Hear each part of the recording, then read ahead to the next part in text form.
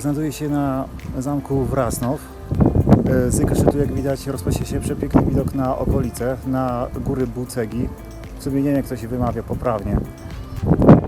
Zamek na tym wzgórzu zaczęli budować krzyżacy, ci sprowadzeni przez króla Andrzeja II Mongolskiego około roku 1225 i w tym samym roku oni zostali wygnani z Węgier.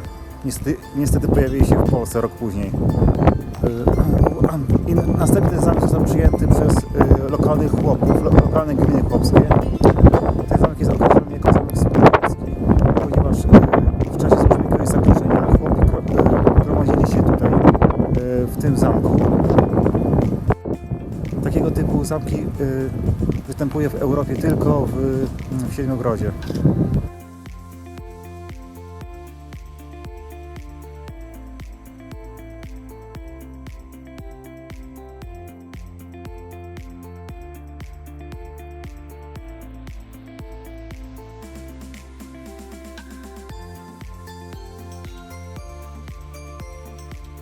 Pewnego razu zamek ten wyczuło oblężenie, które trwało aż 3 lata.